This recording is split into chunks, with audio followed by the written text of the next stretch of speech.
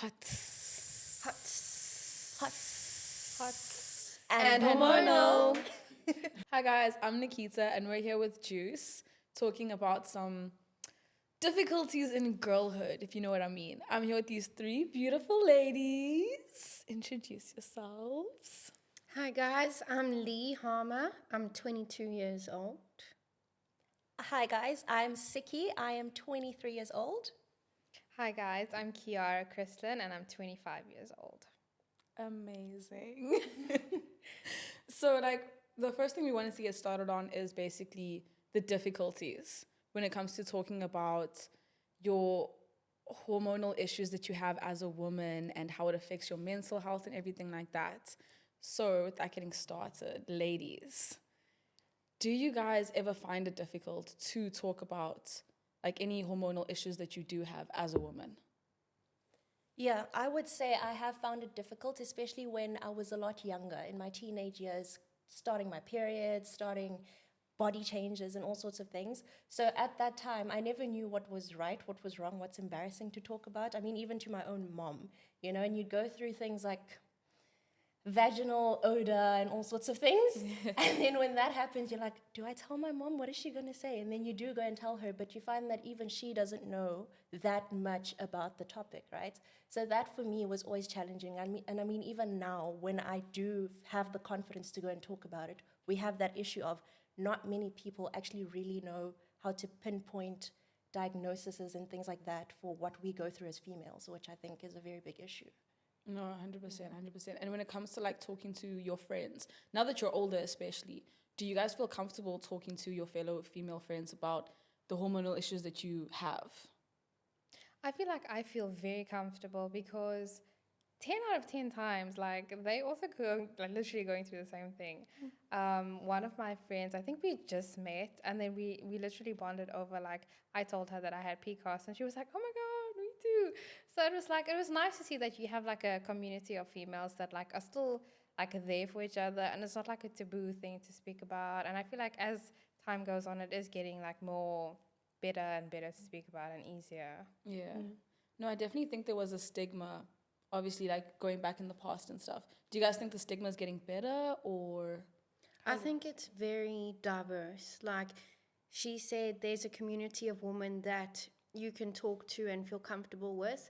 But I feel like a lot of people, when you discuss your hormonal imbalances, they'll say oh, she's just being emotional or, oh, it's that time of month. There's a lot of stigma to it. So you have to just be careful of who you're talking to about your situation. No, yeah. And I mean, to add on to that, have you seen how, even on social media, how it's portrayed how men should react to their girlfriend or wife being in a period, having their period, things like that. I think in that instance, the stigma is still attached, but amongst us girls, Juice girls, then everything is, then we're okay. Yeah. Yeah, no, that's good. That's good. That's good. What advice would you guys give to other women who are struggling with talking about their hormonal issues?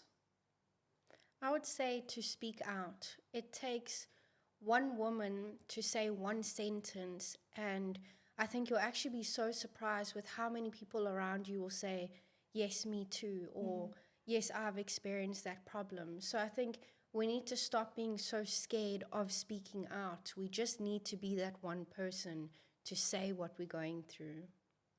Do you guys think, or do you guys find, when you guys finally did speak up about some of the hormonal issues that you have, how was the support system around you? How did you guys find the support system? Did you have one? Did you struggle with one?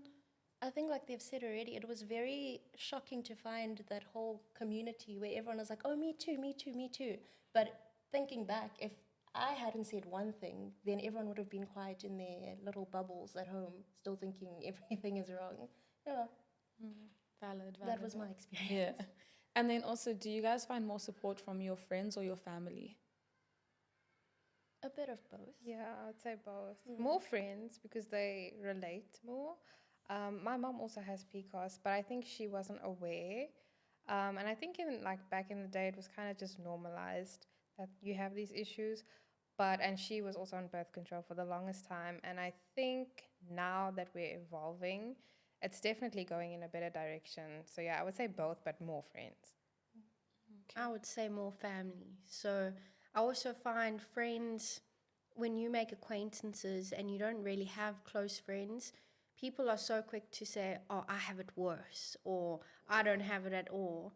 So I rely heavily on my one cousin Maz, who she's gone through all these experiences. So I will get on the phone with her, sit, chat. She's the most helpful person I have in my life. I love that. Girls uplifting girls. Yeah. Shout out to Naz. Yeah, shout out to Maz, We guys. love you, Maz. And then also, like you said, your mom struggles with PCOS as well. Do you think that did she realize that through you and like through your education basically of it and when you Yes. found out? Yes, 100%. So my mom actually it wasn't a genetic thing for her. She developed it over time. And she obviously wasn't aware. Her symptoms were different to mine though. And then as I was going on my research and my journey on PCOS and whatever, she kind of realized, okay, damn, this is me too. And yeah, like that's how she kind of figured out that she's got PCOS. Have any of your like female families or friends discovered that they also have hormonal issues through you speaking up? I've always realized it from other people. Haven't really had the confidence to speak up about it on my own. Okay, I see. The next thing I want to ask is when it comes to like awareness, how informed and educated do you feel about women's reproductive health issues such as PCOS, endometriosis, infertility, so on? I feel like every day I learn something new without fail. I think there's a lot of false information and misconceptions online, which was my mistake. When I was in matric, I was highly confused, oversaturated with content, and just not understanding a lot. My degree is very related. I studied medical science and hematology, so it was very related to like hormones, reproductive system. So I had that was my background knowledge, and I think that helped me have a stable foundation of understanding what was going on in my body. I think it's not very heard of. So all the research around it I had to do on my own to figure out all of it.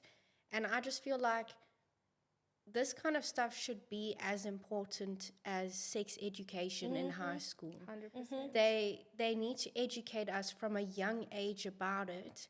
Instead of us going on Google, finding this false information, it should be taught from an early age. And then in terms of like doing your own research, how are the resources out there, like the books, the websites, all of that? Are there enough resources? Are the resources few and far apart, detailed enough? I think it's hard because it's all so different, where one website will say something's normal, and then you get another website that says it's completely not normal, go see a doctor. And so you have to make up your own opinion about it from all these online websites. I think one of the biggest misconceptions is also everyone would have the same symptoms, which is not the case. So I don't think online platforms are the best way to go about it. It's kind of just listen to your body, get your blood test done, and focus on yourself. You know what else I hate? Is when you go on and you search a symptom and the first thing is you're pregnant, but you're not. Oh, wow. That part right there. I'm like, ow. Literally, I'll be like, I have stomach cramps. You're You're pregnant. pregnant. I have a headache. You're pregnant. And the worst is you sit there feeling like Mother Mary. Yeah. Like, maybe something's I was literally happened. going to say that. I was like, should I say that? Quite literally. I mean, it's the same thing at home. Every time, if I'm feeling a little bit nauseous or something, someone will be like, are you pregnant? And I'll be like, believe me. Furthest thing from it unless. I mean, that time Am I the chosen one? Literally that. Because it seems to be everyone's go-to diagnosis basically for a woman. If something's wrong, are you pregnant? You're eating a lot, are you pregnant? You've gained a little bit of weight, are you pregnant? Like, You've no. lost weight, you're Like, pregnant. Literally, any change in your body, you're pregnant. I'm like, how though? How? Tell me how. Quite literally, yo. Also in terms where you said like this should be something that should be taught is as important as sex education. Why do you think it's not being spoken about in the school systems? I actually don't even have an answer for that. I think we need to get more education out there, and I don't even know how. Maybe start a campaign that we need to bring it into school education. But I think maybe because it's so based on women and not males that they wouldn't teach maybe like a co-ed school. But it's also, I've never heard of a girls' school teaching it either. So I don't have an answer as to why we don't teach it. You know, I get that. But I think even in co-ed schools, like both genders should learn about this, because boys should be just as educated on what happens with females. I think it'll give them a better understanding, because boys are so quick to say, like, when a girl's feeling emotional, oh, you must be on your period. No, I'm not on my period. I have 4 cycles I have to go through the entire month that last a week each. It's not always the period, but because in school they teach you, oh, girls are emotional on their periods. Immediately boys are like, oh, she's on her period. Stay away. Are a little upset about something, oh, you're on your period. Your temper's short, you're on your period. So I think it's just as important for males to learn what women go through and their hormonal issues and imbalances, so that they don't always just go straight to, oh, you're on your period, you're on your period, you're on your period. You know, it's crazy because I think, correct me if I'm wrong, but like females have a 28-day cycle, whereas men have a cycle like every day it's a new cycle. Yes, they And go I'm through like, everything we go wow, through must be over one nice. day, so that we experience it over 5 days, like one part of it over 5 days. And that's why we get so erratic and emotional and all of that. And they go through it in one day. So it's like that for them, so quick. So they don't understand it, literally. So I They think it would be don't. good for them to like kind of understand. No, 100%, I think. They're also going to be fathers one day. Yeah, You know, who says the facts. mother has to be there to teach all of this stuff? The men should also know. 100%. I mean, I know with my friends, they always say that their fathers are always so uncomfortable when the topic of periods come up. Like if a girl has to be like, oh, dad, like I need you to get me pads or tampons, the dad goes, my one friend, whenever she goes to Clicks with her dad, well, like when she was younger, to go like do toiletry shopping, every time she'd go to the pad aisle, he'd just walk in the next, he'd be like, I'll meet you by the toothpaste and the toothbrushes, because they're so uncomfortable with it. I'm very fortunate, honestly. My dad is quite comfortable, like, you know, I mean, he does go a little like red in the ears when you bring it up or something, but if I'm like, oh, dad, I've got cramps, do you have painkillers? He brings out all the stops. He's got those heat patches. He gets painkillers. He's like, do you need snacks? What do you need? Do you need to stay home for the day? Like, he's very accommodating in that sense. As much as he doesn't understand it, he does his best to try and make you feel as comfortable as possible. And yeah, I think it's like like I said, I'm fortunate to have a dad like that. If I had to ask him, oh, dad, can you please go pick me up tampons or pads? He'd be like, yeah, no, sure. What kind, you know? Always the what kind. Always. But I think like a lot of girls don't have that with their dads, where they can so freely like ask or be like, oh, dad, like, you know, like I need this because I'm on my period or something like that. So if they were taught about it in school and were made a lot more comfortable around it, I think it would be easier for them to be fathers to their daughters and understand, you know, what their daughters are going through. The story you just told just made me think of that TikTok trend. You know, when the girlfriend asks for the pads with the wings, and then the guy comes back with the pads and wings. I saw that. And he was like, the wings, you want the wings. My dad's also like that though. If I'm like, can you please give me pads? He's like, oh, do you want the 9 ones? The ones with the wings? The big ones? So I'm like, oh, thanks. Yeah, no, it's a nice feeling to have, like, as a girl, that, you know, your dad does his best to try and understand. Another thing is like when my dad noticed that my sister and I were really struggling with like intense like cramping during our periods, he told us, he was like, you should go to a gynecologist because it's not normal. You shouldn't be in this much pain. Like, you need to go and see someone. So yeah, he's just educated himself over the years because he has daughters. And he wanted to, you know, understand as best as he could. So if they taught that in school, maybe. I am so glad I don't use tampons once I found that out, because it's not the first issue that I've heard about tampons. Tampons, there's been issues with tampons for years. My mom, when I first got my period, as well as my sisters, never wanted us going on tampons. She said pads immediately. Throughout the years, she's just tried to steer us away from tampons as much as she could. My sister did start using tampons at a stage and found out that she actually started feeling sick from it, and it started having like a bit of a negative impact on her period and just her whole like reproductive like system. And once she stopped using the tampons, which was my suggestion, and went back to pads, she started feeling better again.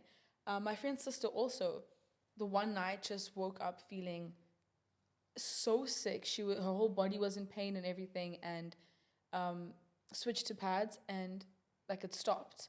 So for years, there's been issues with tampons, and I've done my best to stay away from them. So when this whole arsenic and lead thing came out, I was like, for years, I've known that there's something wrong with tampons. For years.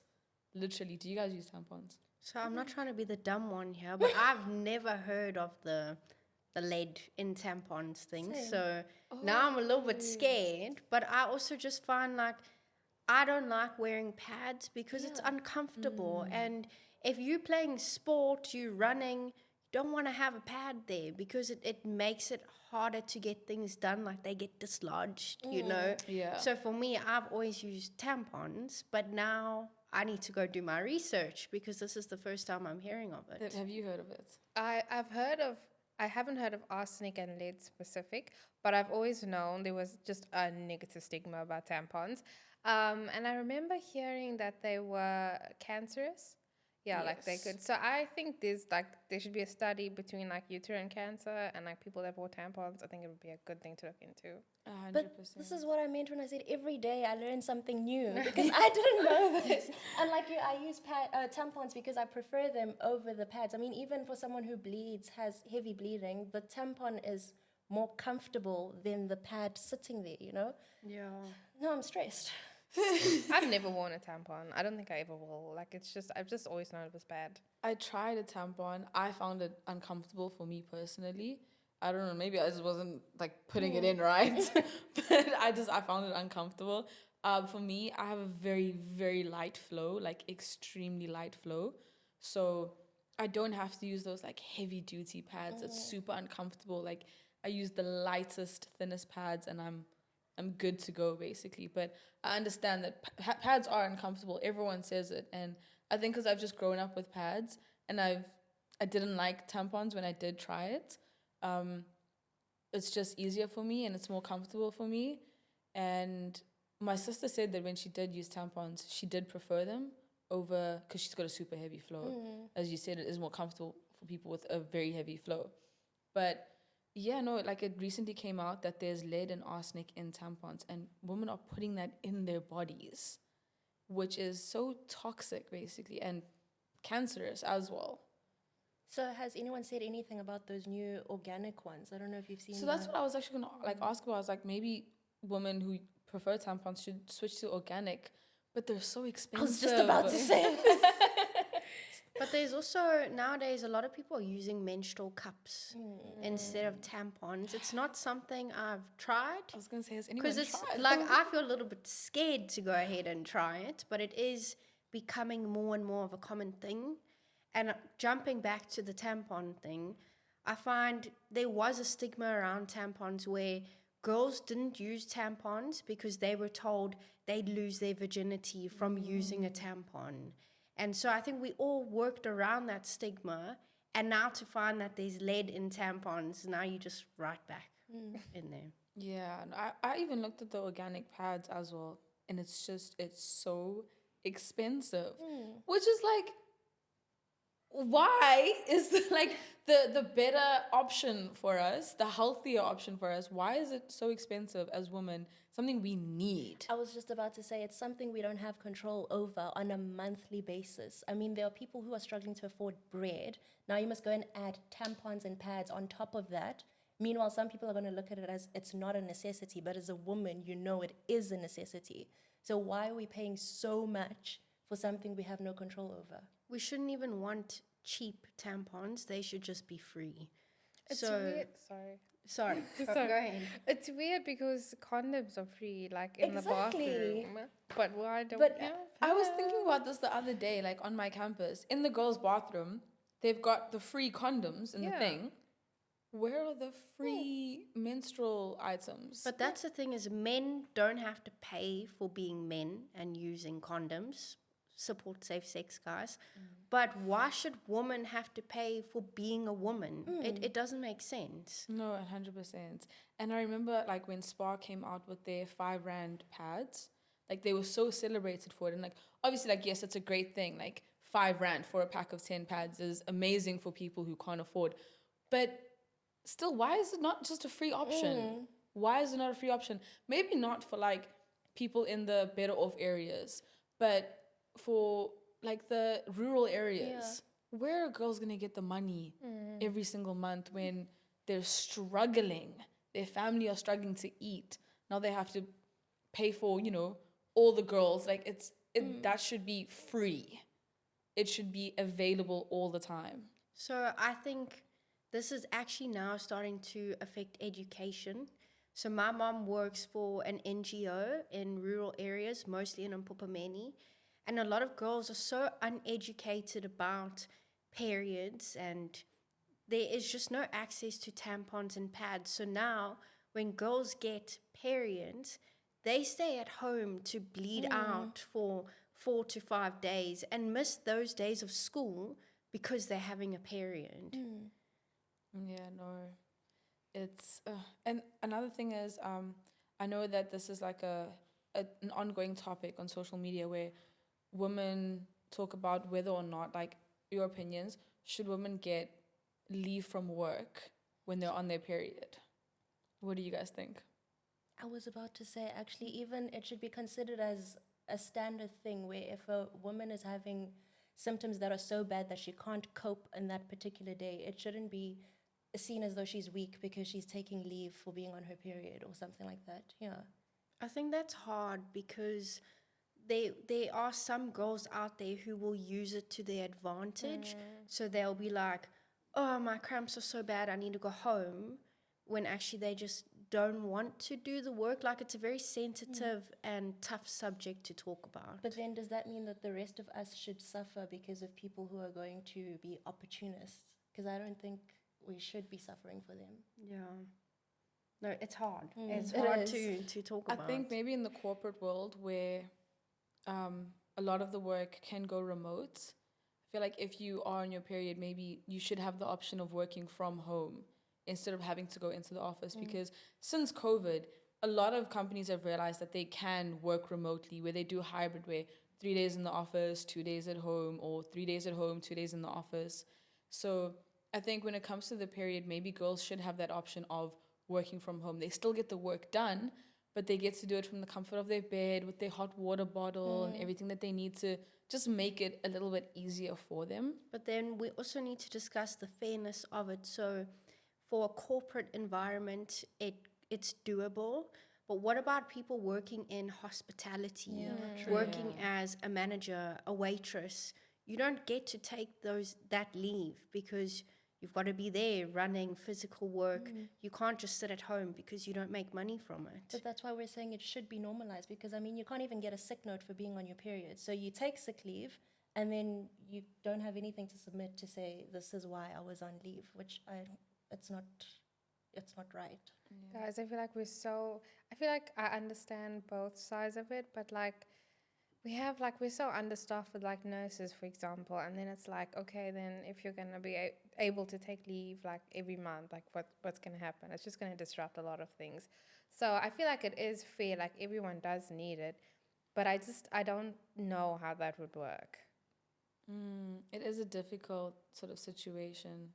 Well, I mean, we're not saying every woman should take leave. We're saying those who need it should. But then how do you know Yeah, who then needs there's it that. and who Exactly, doesn't? yeah. Like, Then imagine you having a heart attack and your heart doctor, sorry guys, I'm on my period and I'm not at work today. I think it's so difficult. Yeah, no, it is. It's a very difficult situation. It's tricky. quite tricky. So wait, guys, are you telling me if you ride a horse bareback, it doesn't break your hymen? You're joking, right? You see, they brainwash you. Giving that's common knowledge. Brother, I feel. Brother, ooh. No way, guys. I've genuinely believed that my whole life, that if you ride a horse bareback, because of the spine, that's why they have saddles. If you ride a horse bareback, as a woman, you have to sort of sit to the side because of the spinal bone that breaks your hymen.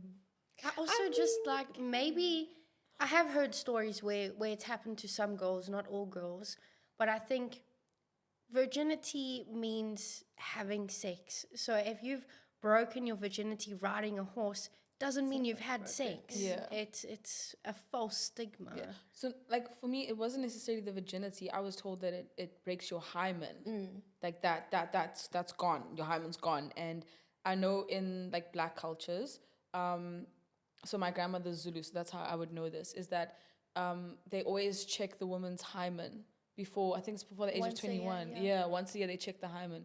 So a lot of girls would avoid using tampons and such things because they were scared it's going to break their hymen, and then when they go for their check, they get told they're not a virgin anymore.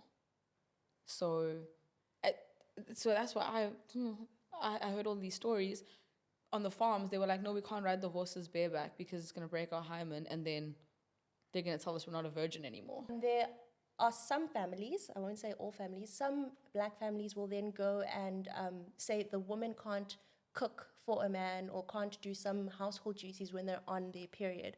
So someone else has to take over. I've always asked, what happens if I cook when I'm on my period? Like, do you eat my blood? I don't know. I don't understand.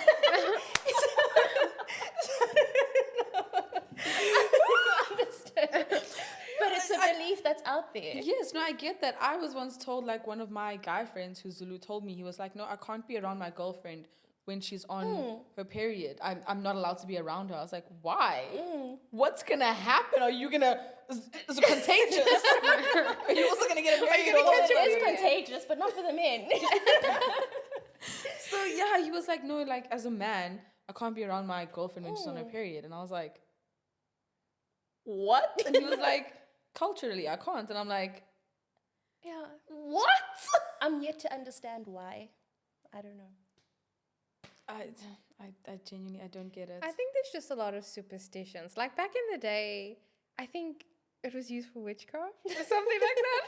I don't know. Something. I'm pretty sure it was. And now people are just like, oh, witch, a week, you're a witch.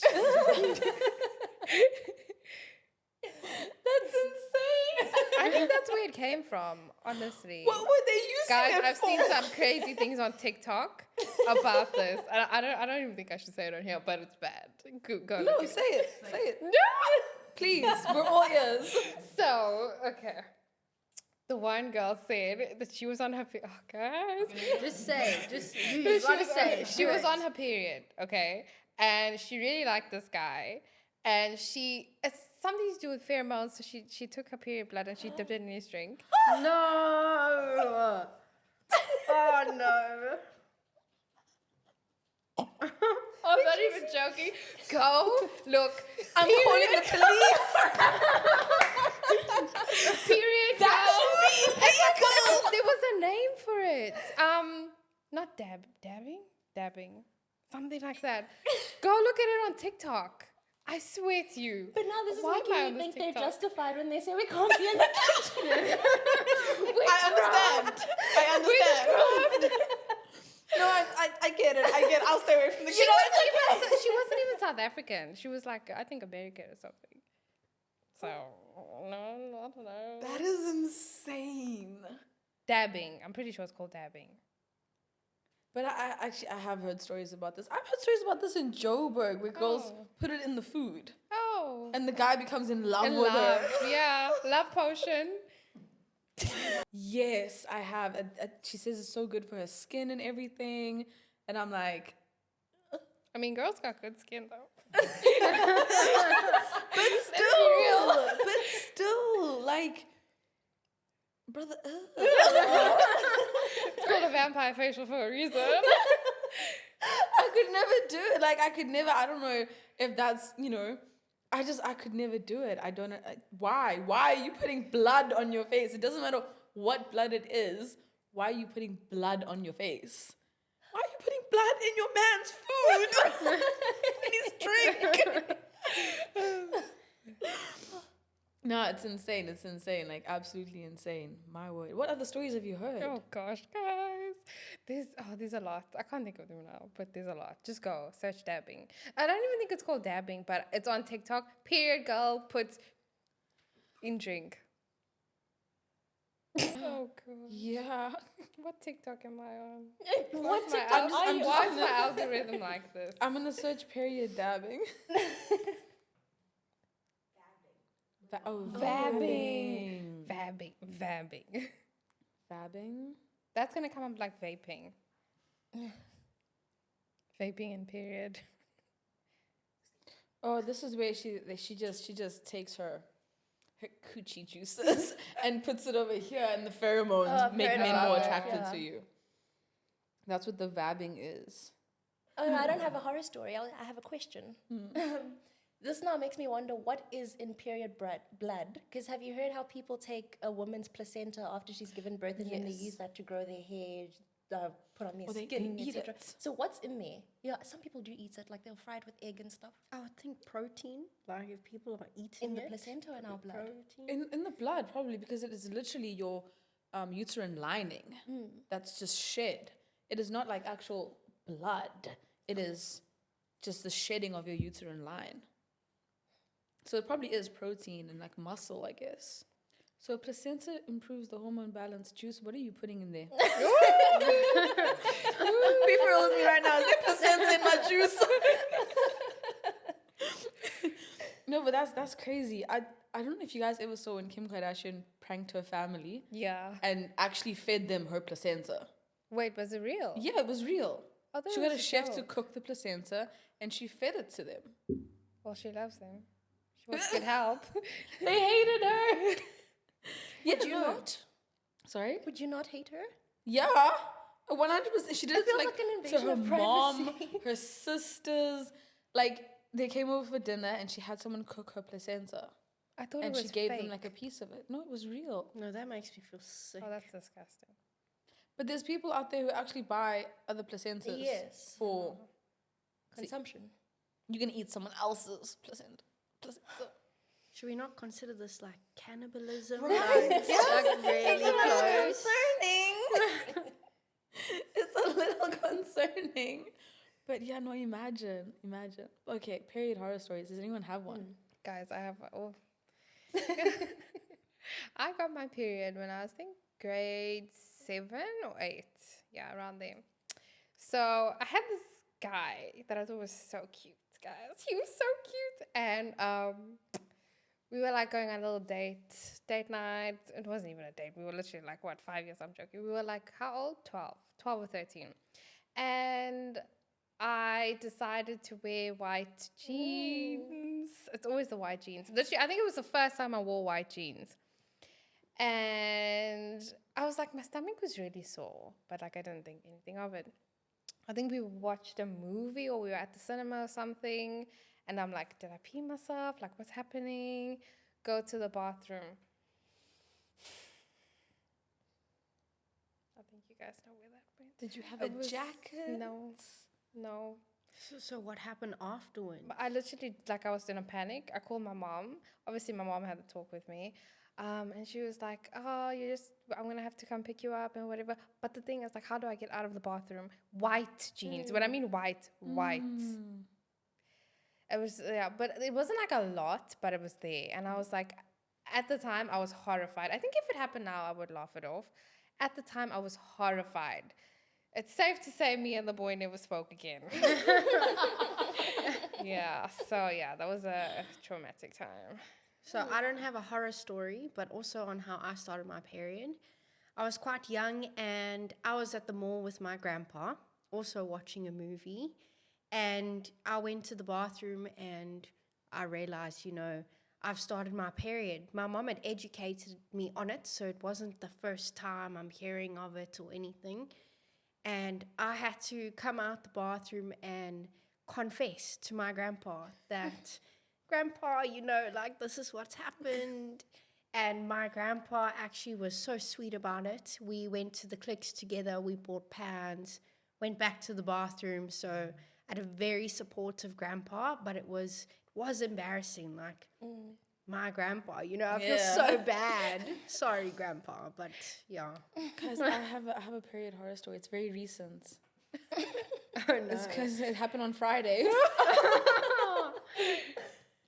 So I started my period on Friday morning. And like I said, guys, I have a light flow, like a very, very light flow, right? Cool. I started my period a week early, unexpectedly, out of nowhere, while I was in public, leaving for the airport. So I was like, oh my days, what do I do? I was like, okay, cool, no, I'm just going to freestyle this. Went to the bathroom and I just took toilet paper and just placed it there, right? Because I was like, I'm a remix, I'm gonna wing this real quick. Just until I get to the airport, it's all good. I was running late for my flight. So I was like panicking, I was rushing. I had to rush to my sister's place and just grab whatever I could that I'd left there and like rush to the airport. And I went to the Gautrain station because I was like, train takes 15 minutes. An Uber is not gonna get me there in time. I had to contact the airline and be like, I'm gonna be late for my check-in. Please, can you guys help me? They were like, cool, no stress, no stress. I'm in the Gautrain station, not realizing I've leaked. Oh, Lord. Badly. So I'm on the train and I'm sitting and it's just getting worse without my knowledge. And I get up and the lady's like when we get to she's like, oh, sweetheart, you've got a situation at the back there. And I was like, oh my gosh, great. She was like, why don't you go to the bathroom? And I was like, I got no time. I can't do that. So I had to run through OR Tambo International Airport. No. With this huge Leak in the back. because I had been sitting and it was just growing That's terrible. through the whole airport from the Gautrain station, which is on this end, far. all the way to the check-in desk on this end. Check my bag in. Oh no. And I was like, I didn't have a jacket on or anything. I didn't have time to grab one out of my suitcase. I checked my bag in and I was like, thank goodness I have a pair of jeans in my carry-on. So I'll just change. I need to get through the gates though. Like I need to just get through. Still got this like massive display that I am a woman on my butt. And I get to like the security check-in and the line is just the longest line you've ever seen in your life. And my boarding has already started. And I'm like, what am I gonna do? I still need to go and change these pants. So, oh my gosh, it was so traumatic, guys. I just wanted to cry. That's all I wanted to do. I just wanted to cry because I'm like, I just know everyone's staring at me because I can see everyone staring at me. Everyone's looking and I'm like, I love being a woman.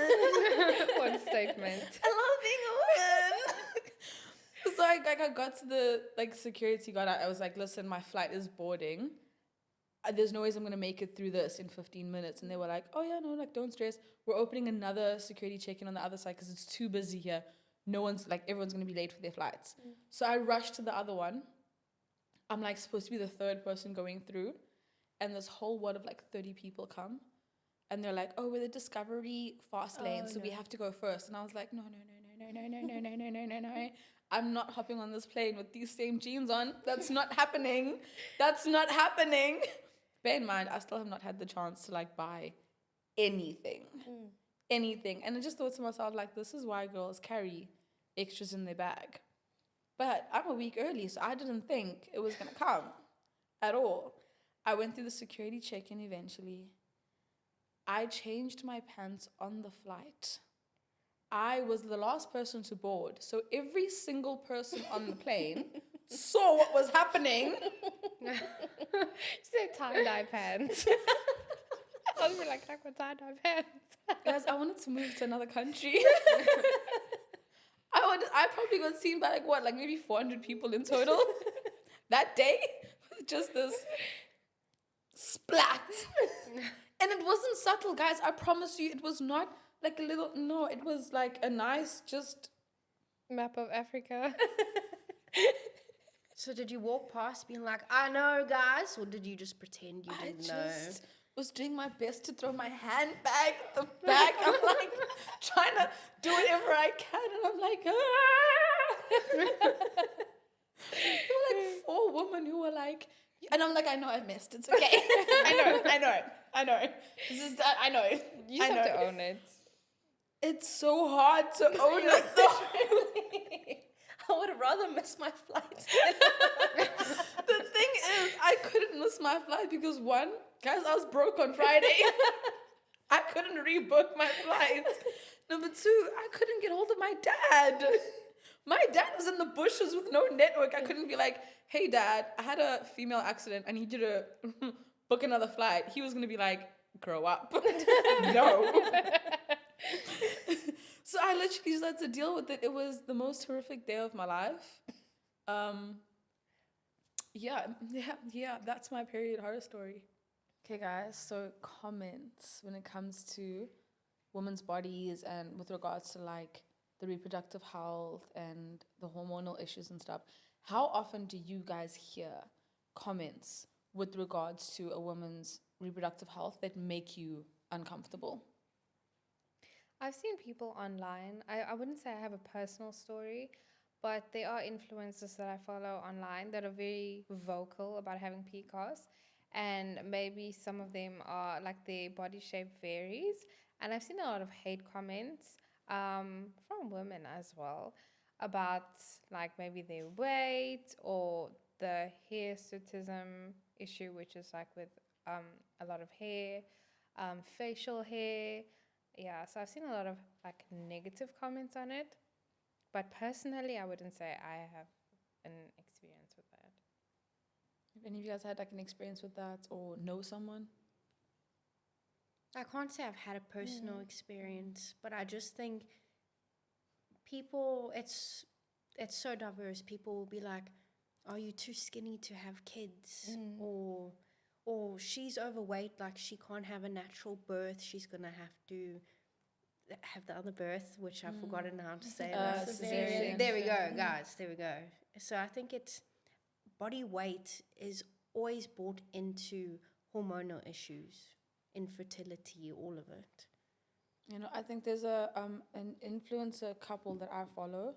It's a Julie and Julie and Camilla, yeah, Julie and Camilla, and they're a lesbian couple, and this is Camilla. Yeah, Camilla is not your what society wants a woman to look like. She is, you know, a little bit on the like chubbier side that I would say, and she's a personal trainer as well, and she eats like a really like balanced diet. She works out every day, but her body and I guess her hormones just, you know, she doesn't lose weight as much as she's eating a balanced meal and she's working out every day, but that's healthy for her.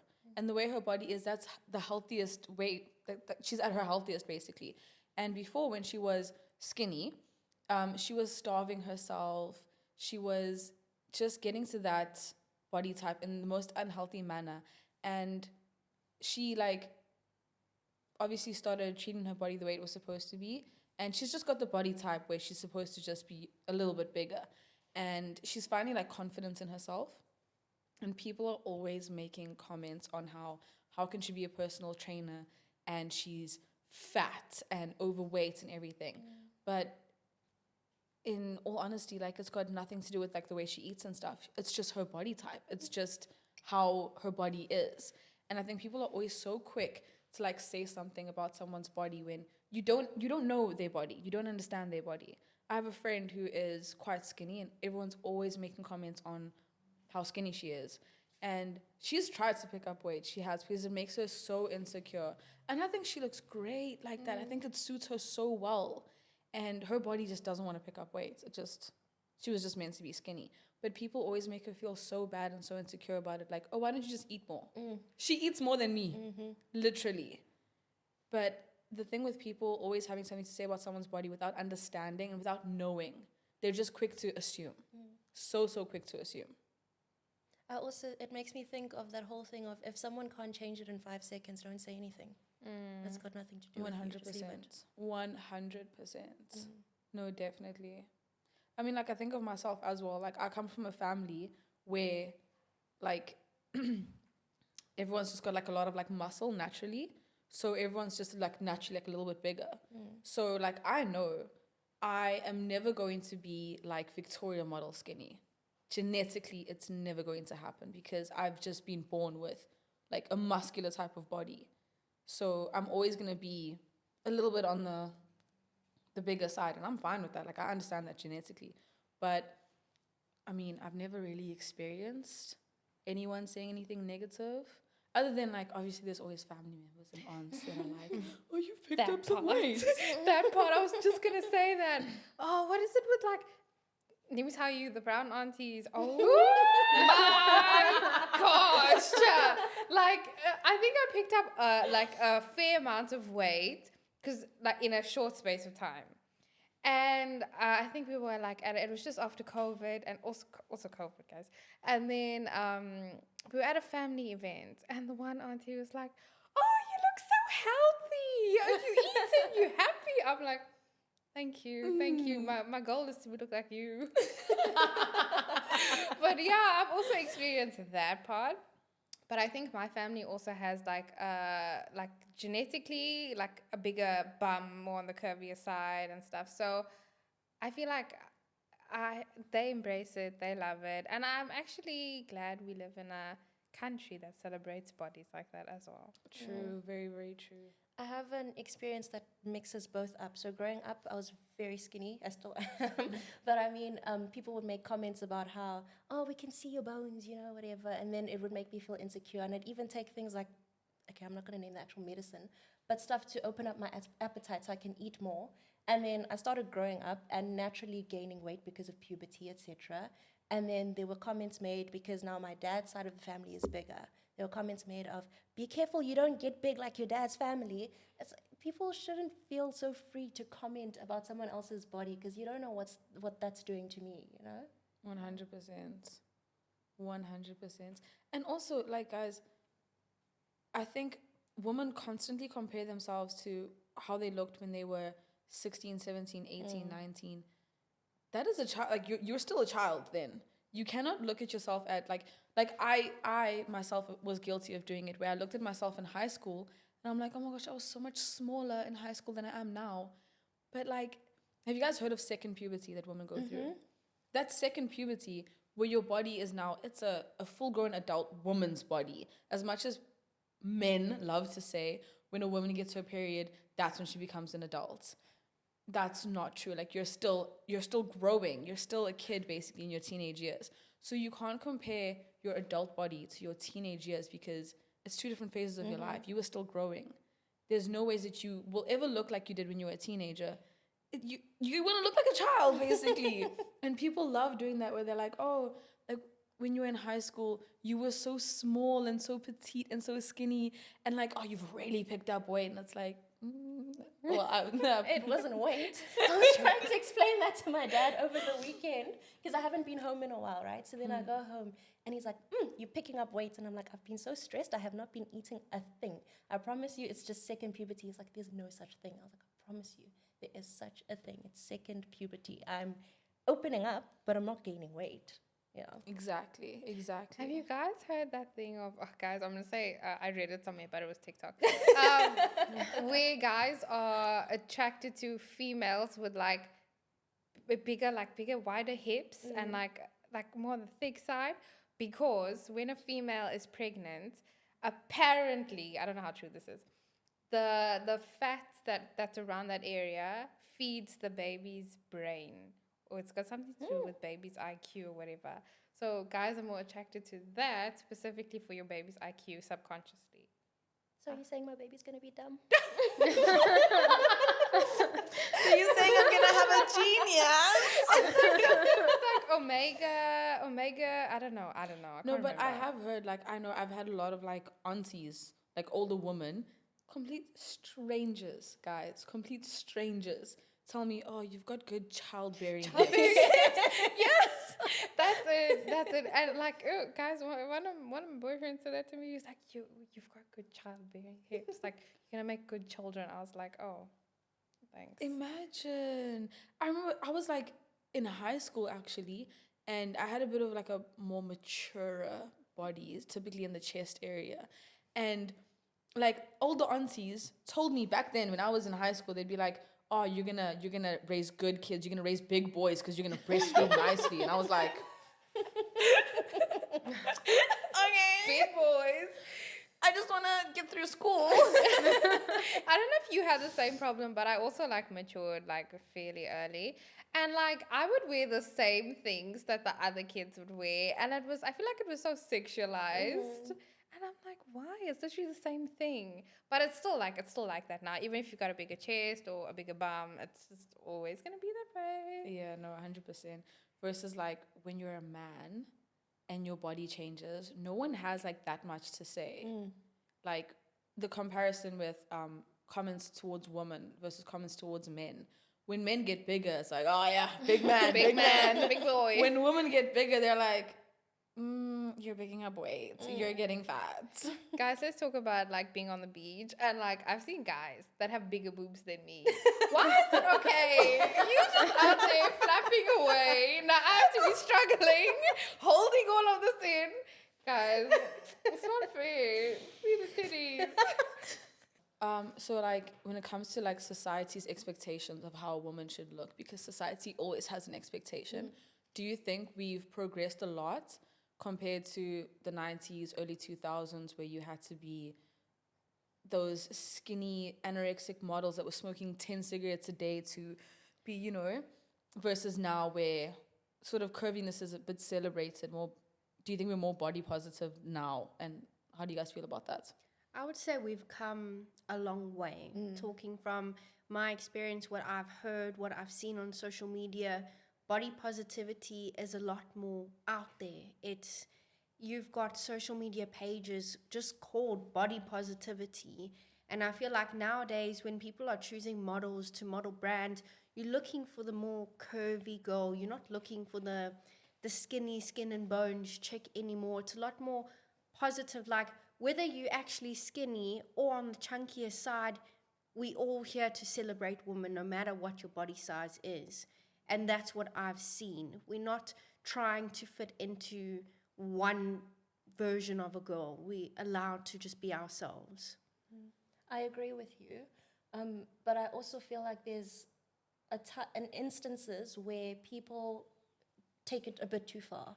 You know, so where now being a skinny girl is no longer considered any type of attractive. Now you have to fill up. You have to have the curvy body. When you pose for a picture and your body is a little straighter than someone else's, it's not a good picture, you know, things like that. So I do feel like, yes, we've come very far, and I do applaud society for all of that. Really appreciate it.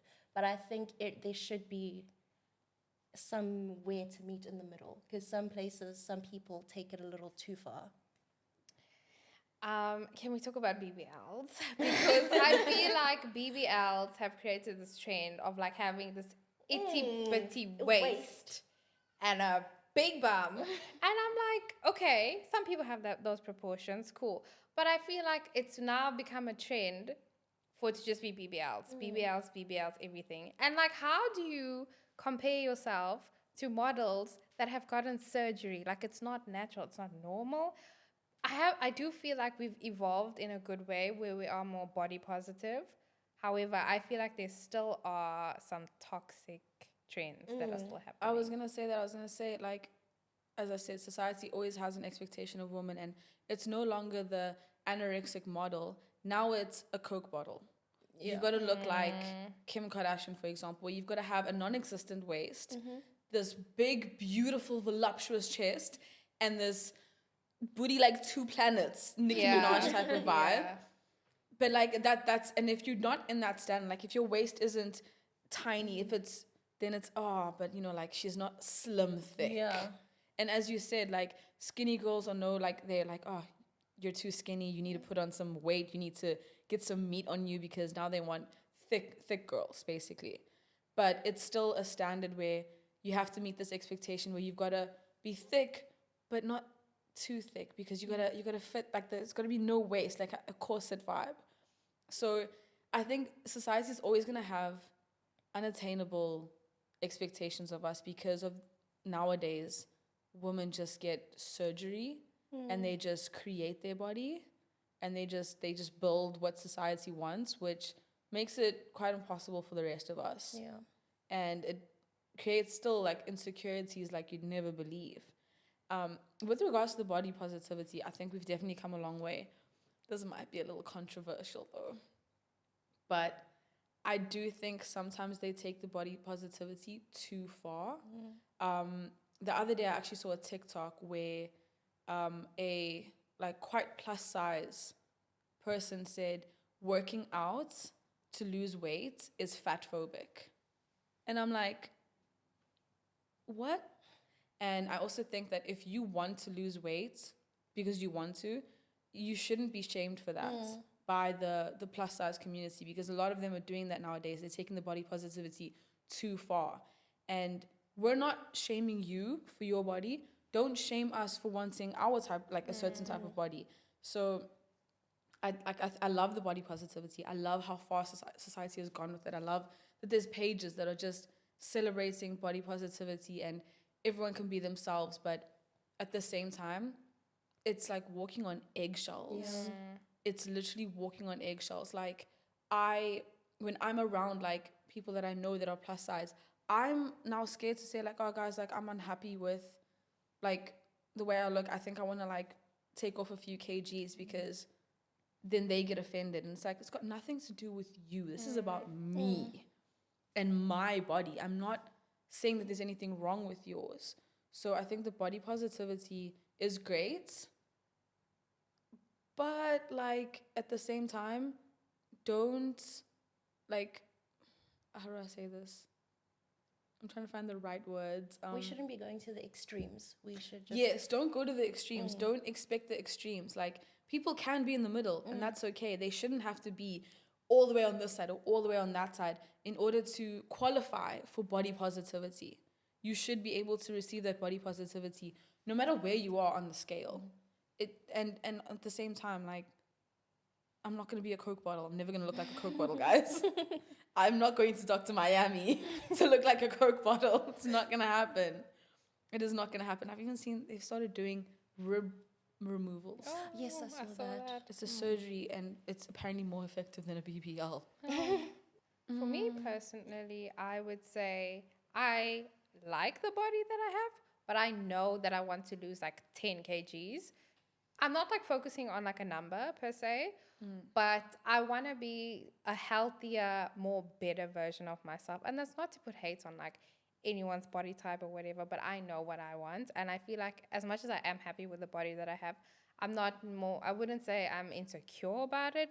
I just know that I want to progress. No, 100% with me as well. I'm not insecure about my body, but there is like a certain like goal that I have. And I know people always say, oh, like the clothes should fit you, you shouldn't fit the clothes. But like I know like there's certain like clothes that I want to wear that I just think like if I reached my certain goal, it would look a lot better on me and I would feel more comfortable in those clothes. And that's not because of like what society has put on me. That's just me, genuinely. Like me a year ago versus me now. I'm like, I want to go back to how I was a year ago. I felt healthier back then as well. So, and again, like not to like body shame anyone like at all, but it's just my personal opinion of myself. I feel like I was more comfortable and I just felt happier a year ago in the body that I had a year ago, which is not an unattainable goal. It's not unreachable. It's not impossible as saying, oh, I want to look like I did when I was 16. Yeah. This might sound very vain of me, but I am very happy with my body. But I go to gym because I want to stand in the mirror and look and see the tone muscles, you know? Yes. It makes me feel good, Yes. feel confident. So it's got, I wouldn't even say I'm unhappy with my body that I'm, you know? I would be fine if I didn't go to gym, but because I can, I will. Yeah. So talking from past experience, I had both extremes. So when I had just come out of high school, I was more on, say, the anorexic side of things, where I was very skinny and I was trying to fit the norm. And then I grew out of that. But then from growing out of it, and I tried juice diets where you drink juice for 5 days straight, Not and you this don't juice. eat. Not this juice, guys, like fruit juice. And from doing that, I went into this binge. And then my first meal, I still remember to this day, was the biggest burger on the menu that I could find, a burger and chips. And it led to a whole binge diet. And then I had picked up so much weight in such a little space of time that everyone was like, oh, you're pregnant, you know? What's wrong? You've picked up all this weight. And so I had it from being too skinny to being too big. And I eventually overcame that. And now I'm living life. You know, if I want to eat something, I'll eat it. If I don't want to eat it, I won't eat it. I go to gym maybe 3 times a week just to feel good. But if I don't want to, I don't have to. So at the moment, I feel comfortable. I'm just listening to my body every day. So I can't say I'm unhappy. There are goals, but I'm comfortable with where I am now. Also, guys, can we please normalize the little pouches that women have? Like, I'm tired of sucking my stomach in. Like, obviously, with regards to fertility, none of us have kids. So we obviously don't know too much about the fertility and infertility, but just like, you know, sort of tapping into what we are aware of and what we do know, and like our limited knowledge of it so far, and like our experiences with, in terms of like the fear and what we've seen others go through. Like, just, that's all like I want to sort of tap like into, basically. Hands up if you're scared that you're infertile. Don't feel pressured. Okay, why do you feel like you have this fear of infertility? I don't even know where to start. It's like, I feel like there've been so many opportunities to have fallen pregnant. So it's like, why haven't I yet? You know, I haven't been actively trying to fall pregnant, but watching people around you just be like, oh, it happened by mistake. And it's like, what about me? Is there something wrong with me? Then, you know, it calls you to question, is there something wrong? And you'll only ever know once you actively start trying. And the other thing is, I'm scared to actively start trying and then throw myself into the whole wormhole of infertility. Then it's all the emotions that come with it, everything that you have to deal with, the realities. So all of that just scares me. I don't know where to sit with it right now. Yeah. So one of my closer cousins struggled with infertility. She was married for about 2 years before they started trying for kids, and they tried and tried and tried. And at that time, everyone else in the family had kids, was having babies. So there was almost this pressure that it needs to happen now. And they paid for multiple tests, and they really went through months of testing, trying, and at the end of the day, she just couldn't fall pregnant. And it affected her so badly that she left her corporate job, and her husband actually moved out into the bundus. They didn't want to be around society anymore. So they're more positive about it now, as what's meant to be will be. And so when you ask if anyone's scared of being infertile, I didn't want to raise my hand, because I also strongly believe if you're meant to have kids, you will. And if you're not, you won't have them. So I'm not scared, because I feel what's meant for me will happen. See, and you? I firstly just want to say there are people that automatically think once you have PCOS, you're going to have like infertility problems and stuff, which is true to an extent. But I think a lot of people are different. And speaking from like one of my really close friends, she's got PCOS, and hers is more on the extreme side. She's a year older than me, 26, and I feel like it's never a bad idea to go and get your eggs, like see what's your egg count, what's the range of them, how good they are, how unhealthy or healthy and stuff, especially like in your mid-20s, I would say. For me personally, I am not scared that I'm infertile. I don't think I am. I think I just always want to be positive, and like you said, what's meant for you will always be there. But just from like previous, like my mom, her sisters, they've all had like issues getting pregnant and stuff. But I think that also came with like the lack of knowledge of PCOS and stuff like that.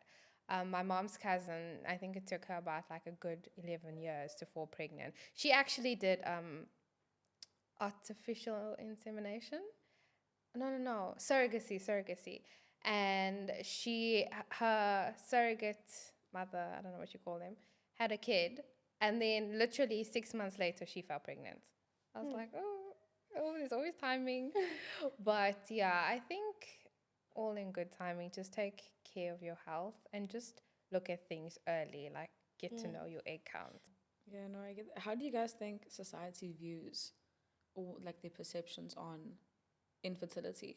Like the way society views women who are infertile, or you know what, just fertility in general, because I've noticed that when it comes to couples who are trying for kids, or like if they're struggling to have kids, society most of the time will think there's a problem with the woman instead of asking, you know, where it's going wrong. They'll immediately go, oh, there must be something wrong with the woman, that she can't have kids, instead of most of the time, well, not most of the time, but like, you know, it's a 50-50 chance that it could be the man. But why do you think society loves just going straight to the woman, as in she's the one with the issues? I think because like the woman is the one that carries the baby, is like the dominant role in like the baby's development and stuff, which is why that's the common misconception, I think. I also don't like how some people perceive it as being less of a woman or less of a man because you're having fertility issues. Like, Yeah, I think that's a big thing, that like women who have fertility issues, the insecurity that comes with it, a lot of the time they feel as though they've failed as a woman, or they feel as though their body has failed them because they can't have kids, or they're struggling to carry full term and they continuously have miscarriages. And it can affect your mental health a lot. But definitely. I wish that society would be a lot more and supportive of it, so that women don't feel like they failed as a woman, or they failed as a man, or that their body has failed them. I think, you know, that I think society as in general could just be a lot more, I don't want to say positive about it, but like supportive. There could be a better support system in place when it comes to that. Because it's gotten to the point where I know, like, when couples fall pregnant, they don't tell anybody until they reach the 3-month mark. Yeah. Because they're so scared of a miscarriage, and then, oh, what is everyone going to think? And miscarriages are so common, hey? They are. They're becoming more and more common. Like, And I was actually sitting and planning that if I were to fall pregnant, I wouldn't tell anyone until the baby's actually there. Like, if you're not in my direct space and you don't see me, or you don't have to see me, you wouldn't know because of that precisely. because people are going to be like, oh, what did she do wrong? Like, I know there's this guy on TikTok who reads things that women send in of what their husband has said to them after like a miscarriage. And like one that really stuck with me was when she fell pregnant a second time after the first miscarriage, her husband said, when she told her husband the news, he was like, oh, well, hopefully you won't kill this one. That is horrible. So it's like the things that people say to women who struggle with it. I think it's more, women struggle with what society sees a lot more than a man does. Because a lot of the time, men are not the targeted ones. Like, if there's a problem, like I said, people always look at the woman. So people automatically assume that it's the woman's fault. And then they'll start like picking apart the woman's body and like, oh, what is she doing wrong? And this and that. And, oh, but she shouldn't have been gymming while she was pregnant in the early stages. And she shouldn't have been doing this. And she shouldn't have been doing that. So I think, you know, it's obviously a very touchy issue. And with it being touchy, I feel like people shouldn't be so free to ask, why don't you have kids yet? Why aren't you having kids? Don't you want kids? Like, Yeah, it's something I always refrain from asking when, like, I know a married couple and they don't have kids. I've never asked, why don't you have kids yet? Where are the kids? When are we going to see some? It's so a ignorant. week does not go by without me getting asked that question, especially because I'm very young, I'm engaged. So people's first question is, do you have a child? Is that why you're getting married? No, I don't. When are you having children? Not yet. Why not? What if I'm going through something personal? You don't know how that's going to trigger me as a woman. You don't know. Maybe I just can't conceive. But now you're going to make me feel as though because I can't conceive, I'm not worthy enough of being married. You know? Yeah. Big time. Hot. Hot. Hot. And hormonal.